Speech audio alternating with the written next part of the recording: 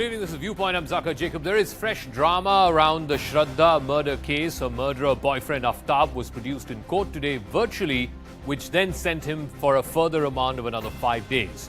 Court has also given the go-ahead for the narco test to be performed on Aftab. But a week after this horrific crime came to light, the fact remains that the police have very little in terms of evidence that will stand in a court of law. No murder weapon, no motive, no eyewitnesses, no accomplices. Will the case against Aftab hold up in a court of law? Gruesome, bloodthirsty, brutal. You will recall all these words once you learn about the spine-chilling details in the Shraddha murder case. The latest information accessed via sources by CNN News 18 reveals how Aftab disposed of Shraddha's body after he strangled her. After buying the knife, fridge and all the chemicals, Aftab removed Shraddha's internal organs as they had started to decompose. He did this to avoid the foul smell, which would have raised suspicions in the neighborhood. Aftab then collected all her organs in a plastic bag and threw them in a garbage dump. The police believes that most of Shraddha's internal organs were either decomposed completely or they were eaten up by stray animals. The Delhi police came here and conducted the search operation for 6 to 7 hours today itself, and it is also expected that these search operations like these would be carried out in this entire forest area, because remember, this is a massive forest land. Approximately 5 to 7 kilometers of land comes under this forest, and it is practically impossible to search the entire forest in one day and do a thorough search. Not only this, Aftab also burned Shraddha's face after dismembering her body to conceal her identity. Sources reveal that Aftab confessed to police that he searched on the internet of ways to dispose of a dead body after murder. There's only been a minor breakthrough in the investigation so far. The police have recovered a femur bone from the Chhatarpur forest area. The bone also has some injury marks and has been sent for forensic examination, but it is yet to be ascertained if the bone was part of Shraddha's body. The police have also identified the vehicle which was used by Aftab to dispose of Shraddha's clothes. 2 spots have also been narrowed down where Aftab could have possibly dumped her clothes. We also heard from certain police officials that they are investigating this entire area based on what Altaf had told them from the last 2 days. Altaf was brought to this very crime scene where he had given certain information to the police official as to where he had thrown those body parts of Shraddha. These latest details will surely leave you shell-shocked and may even leave you puzzled that why Aftab did all these things to the woman who left everything just to be with him. All right, I want to go across to our guest. Dr. Mahabalesh Shetty is a forensic expert. We'll be joined by Dr. Jayanti Datta, clinical psychologist. Shashikant, former DGP of the Punjab Police. Shashank Shekhar Jha is a Supreme Court lawyer. Dr. Shetty, let me start with you first. So far, it's been a week since this case came to light. It's been 6 months since this murder, this brutal, gruesome murder happened. The police don't seem to have anything.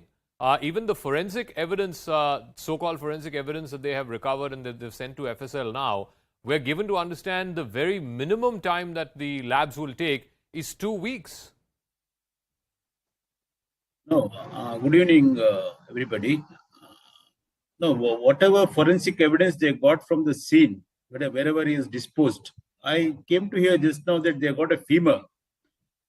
Is it right? Yeah, that's true. That's what the police are claiming, that a femur bone has been recovered and it's been sent for femur FSL bone analysis. is supposed to be one of the best source of DNA after skull. So I think given that femur bone, you can tell whether it is a male or female, whether it is an antemortem injury or a postmortem injury, or what is the height of the person. So many things can be known from the particular bone. But tell me, Dr. Shetty, from these 10 pieces that have been recovered, and obviously it's been 6 months old, we don't know in what state it is, but these 10 pieces have been sent to the FSL for further investigation. My question to you is, many of them happen to be bones. How easy or difficult are bone structures for forensic analysis? Yeah, when it's a putrefied body, usually we trust only bones. We don't go by the organs or muscles because it's already putrefied or autolyzed. Okay. So usually When the fresh body, then it is about the muscle. When it is a putrefied body, it is only the bones or the teeth.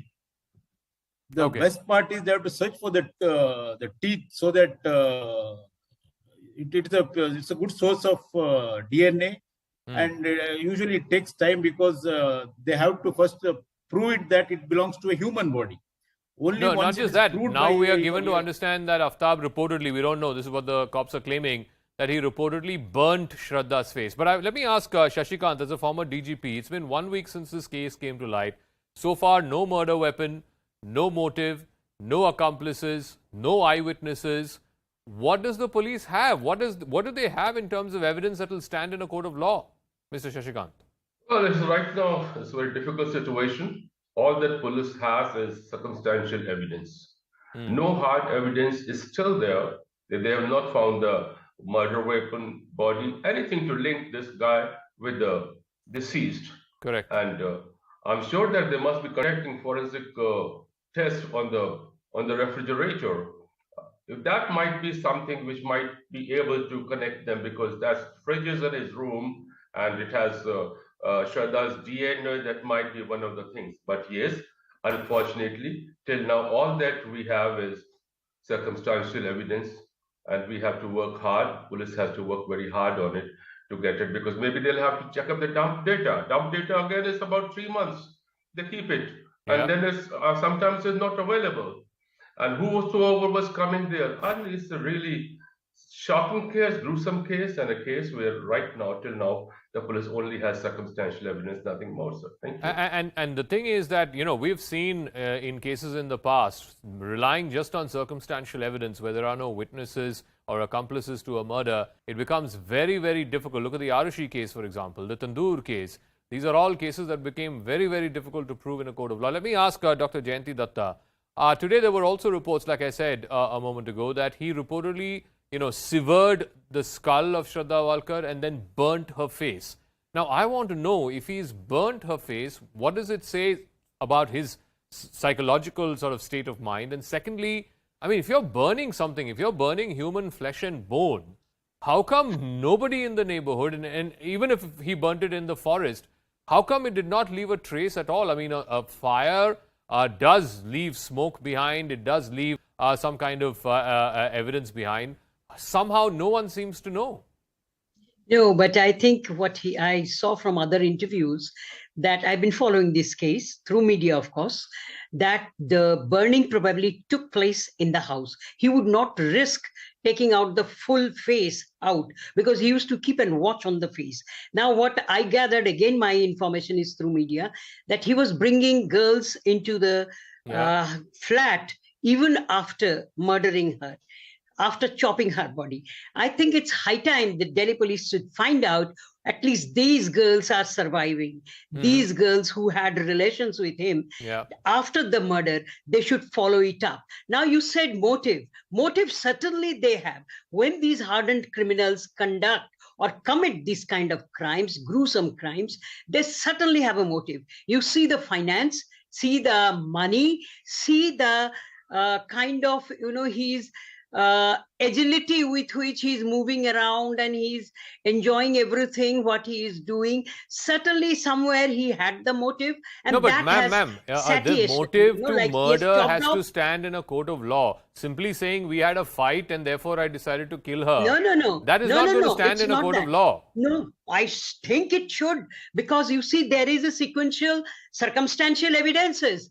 One adult female with whom you were staying, you have all of a sudden she disappears. You find the acknowledgement by the partner that yes, I've done this. I think the murder weapon also, there's been interviews that the person who sold it to him, that has been established. Refrigerator where from he bought has been established. You have to get the weapon, ma'am. It doesn't. He can turn around and say that, you know, show me the proof that I bought the weapon. In fact, the chainsaw owner, the shop owner, said he didn't recognize his face. It was 6 months ago. Roz to 1000 customer aate rehte hain. But my question point is, I take one point that you made, which is that if there are other girls who were brought to his house after this murder happened, surely the police's first job would be to find out who Yes, these people yes. are and bring them in and see if Interrogate they from can them. be And witnesses or one thing more. they can testify in a court of law. But let me No. go across to Shashank Shekhar Jha as well.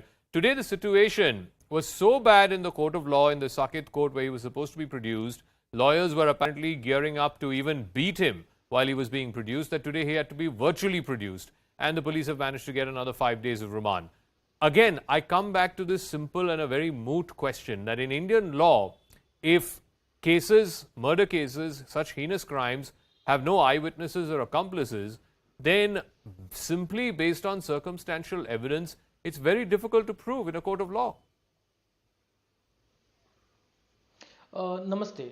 I guess the case of Shraddha is very dangerous and very disheartening.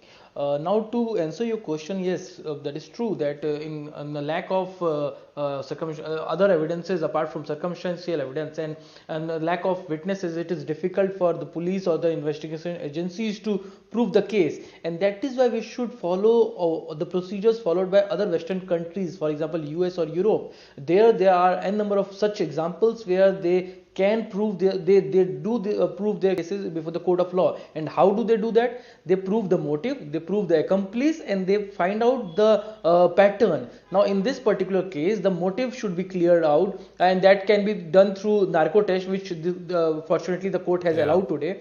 The second thing is that the accomplices should be find out. Now I'm sure that you must be knowing that the police are also investigating and trying to connect with those 20 other girls as well as other people who this Aftab was connected with. And third is the pattern. That is very important. In such heinous crimes, it is very impossible for one person to actually murder someone and then cut her into 35 pieces and then destroy the evidences. So I don't think that can be done with one person without having any other support system. So the pattern must be looked upon, and this case must be dealt in such a scenario that a watertight, airtight investigation should be done in order to get a conviction. Okay. Remember, there are a number of cases where you have such statements from the accused, but they get acquitted later on because of the fact that you cannot corroborate those circumstantial evidences with real life Exactly. Look at what happened in So the this Chawla case. be It went watertight. up to the Supreme Court, and the Supreme Court said the prosecution has not done a good job. But anyway,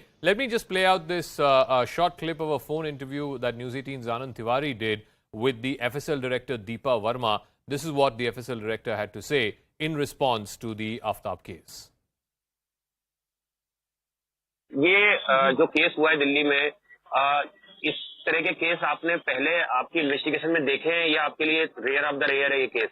हमारी laboratory इस तरह के cases में हमारा direct कोई role नहीं होता है, लेकिन हमारे पास मर्डर से रिलेटेड जो केसेस रहते हैं इस तरह के एग्जिबिट एग्जामिनेशन के लिए आते हैं लैब में. जो हमारी टीम वहाँ पर जाकर विजिट करती है, जितने भी एविडेंसेस वर्क होते हैं उसको कलेक्ट करने में वो इन्वेस्टिगेशन की हेल्प करती है. तो जो एग्जिबिट के इंडिविजुअल डिटेल है वो इन्वेस्टिगेशन ही आपको बेहतर बताएगी, क्योंकि ये एविडेंस कलेक्शन जितना भी रहा है वो उनका कॉन्फिडेंशियल पार्ट है और उसमें क्या एग्जामिनेशन होने चाहिए केस की थ्योरी के हिसाब से, इसका डिसीजन वही लोग करेंगे. हालांकि हमारे पास एग्जामिनेशन की हर तरह की सुविधा उपलब्ध है, तो हम जिस तरह का भी एग्जामिनेशन उनकी तरफ से रिक्वेस्ट आएगी विल डू दैट. जनरली जो बोन सैंपल भेजे जाते हैं उसमें डीएनए एक्सट्रैक्शन में थोड़ा समय अधिक लगता है और फिर ये भी डिपेंड करता है कि उसमें डीएनए की क्वांटिटी कितनी है, इस तरह का जो उसका बोन मटेरियल है वो किस तरह का है, उसमें हमें कितना समय कितना डीएनए एक्सट्रैक्ट हो पाता है. तो ये हमेशा इस तरह के केसेस चैलेंजिंग होते हैं, पर ये हाई एक्सपर्टीज हम लोगों के पास है, तो इस तरह के केसेस हमने किए हैं और we have that capability to examine. ये तो सैंपल आने के बाद ही पता चलेगा कि कितना समय किस तरह के एग्जामिनेशन और एक डीएनए एग्जामिनेशन के लिए केस आता है या और भी जो सपोर्टिव एविडेंसेस होते हैं केस के लिए, जैसे साइबर रिलेटेड एग्जिबिट्स हुए या फिर किसी और तरह का टेस्ट हुआ, साइकोलॉजिकल टेस्ट हुए, ये सब हर केस का जो लगने वाला समय है वेरी करता है. Okay, let me go across back to Shashikant, former DGP. You know, the court has today granted narco analysis test to be performed on Aftab. Aftab has also given his consent. The question, though, is narco analysis is not admissible as evidence in court. But how does narco analysis help the police in this investigation? Yeah, you're right, absolutely. Narco analysis, that test is not really admissible in the court. But what is important is that in course of those, during the course of that talk that a person has with the guy who's being tested, Yeah. something comes up where he had gone, with whom you had gone, because what police is looking for is certain material, solid evidence, certain other persons, individuals with whom he might have got in touch with whom he might have discussed it, talked about it, his own background, whether he had done any such thing before he met Shraddha. So all these aspects are very important. Yes, not admissible, but it is the most important single guide for the police investigation in what direction it should go. It's very important that way. Yes, thank you. Uh, how easy or difficult would it be? Let me ask Dr. Shetty, especially in the case of people who are exhibiting almost schizophrenic kind of personality traits. In this case, clearly Aftab had some kind of a split personality issue. How easy or difficult or reliant, most importantly, would a narco analysis be? I mean, if he is lying in real life, surely he will lie in narco analysis also. See, deception detection test technique it's not a new technique, it's an old technique. Yeah. So the only thing here is that his imagination is neutralized here. He is taken to a trance unless he is a drug addict or alcoholic, then it will be difficult. Otherwise, definitely narco analysis will help the investigating officer to recover the material objects. So that is a paramount importance here. It's definitely under 23 of the Constitution. It's not acceptable in the Supreme Court or any of the court in India, but it will help to detect the material objects, where he has thrown the bone, where is the weapon, all those things. No, but so he is being taken to these places. He was taken to the Chhatarpur forest, I think, on a couple of occasions over the last 2 days. He has reportedly told them where he has disposed of the body and its remains. And, but like I said, that has not helped. That has not helped the police so far. No, it will help. It will help. I'll tell you just an add-on. See, men may lie, women may lie, but circumstantial evidence will never lie.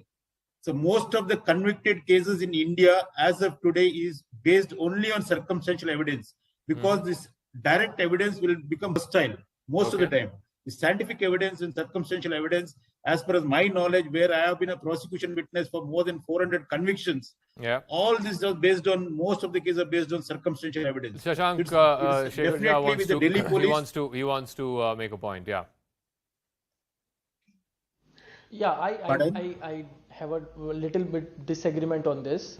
See, I don't believe that only circumstantial evidence can lead to a conviction. In Chawla case, even after Chawla's case verdict, former CGI UI Lalit Sahab has clearly stated that merely having circumstantial evidence cannot lead to a conviction, because you need to have other evidentiary evidence, and that is why I am focusing on these three aspects, which are very clear: motive, accomplices, and pattern. If you go through these three things, and if you have a watertight case with all those scientific temperaments which we can have, for example forensic, for example say narco, and etc., I guess that can help us. And also we need to understand that like I said, that this case cannot be done, this crime could not be done by one person. So if we could find more people around Aftab, and so there could be a chance that those persons are the witnesses of the incident, may not be for the murder but for the other incidents, for example cutting the body, etc. So I guess I want to ask Dr. Jayanti Datta, cutting of a human body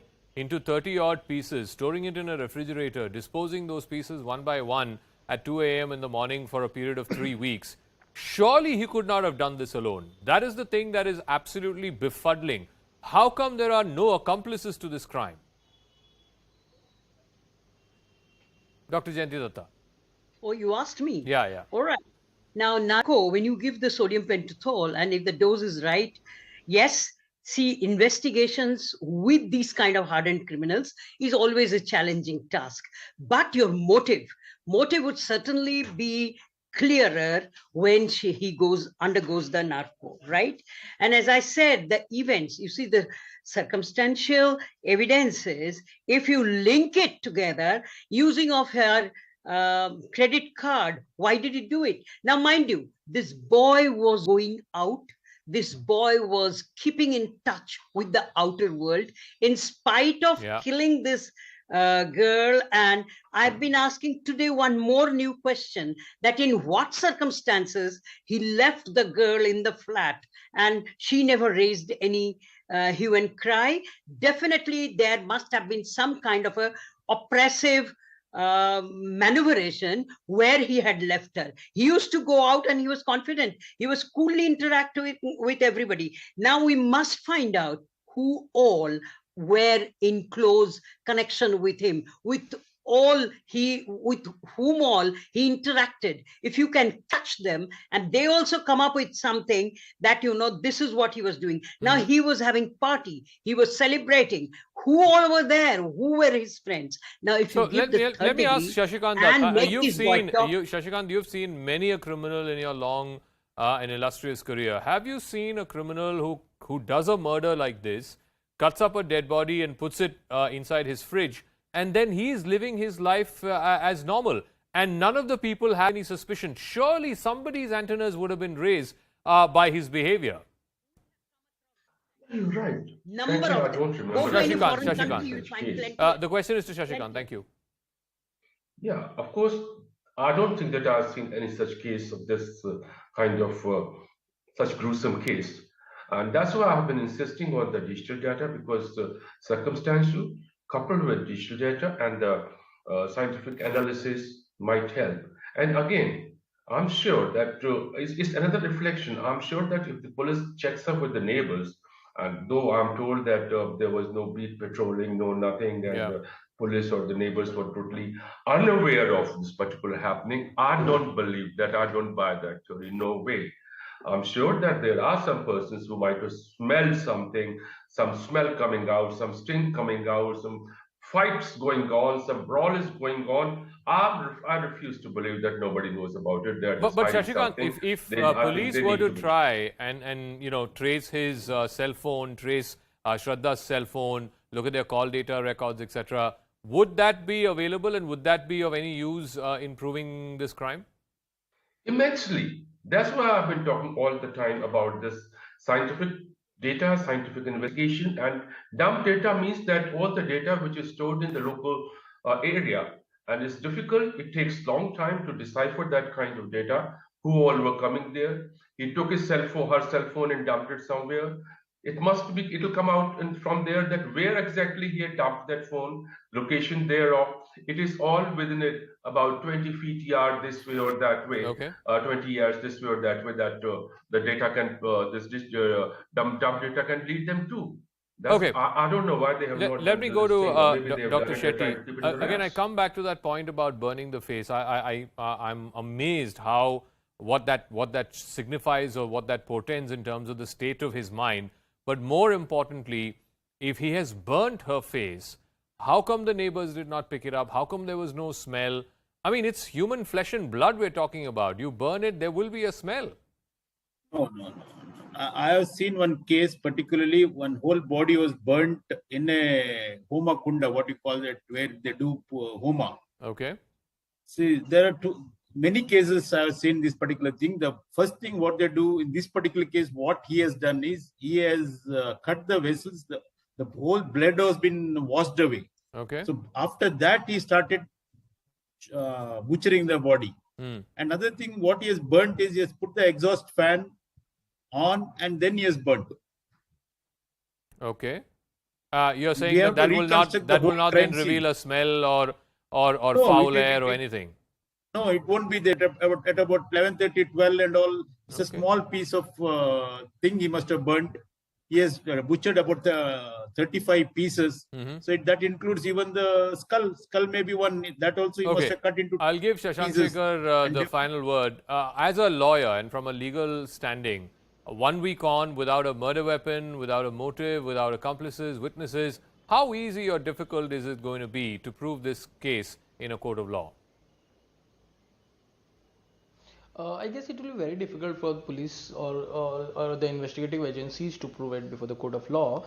But I guess when a few states like UP has brought anti-jihad law, they said in order to curb love jihad. They were protests, but while there were multiple PLs also filed against the same law. I was the one who filed an intervention, and while filing that intervention, I came across at least 35 cases in which there were multiple source of international fundings in cases of interfaith religious No, so let me just stop you there. Well, you know, we repeatedly asked. Just give me 1 second. We repeatedly asked the Delhi police: is there any conversion angle here, forced angle here? Is there any love jihad angle here? And they were very, very clear that this is the murder of a psychopathic murder done by a psychopathic character. There is no love jihad angle here. I think this is. I think we leave it to the investigating agency to decide on that. For the moment, I want to thank all our guests. We'll see how the story plays out. Like I said, this is a case of an individual murder without any weapon, without any motive, without any accomplices and witnesses, at least 1 week on.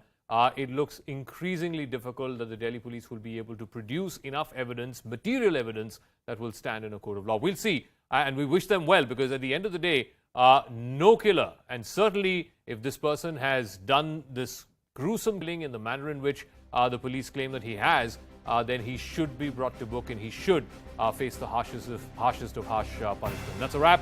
In a moment, Anusha joining you with the biggest.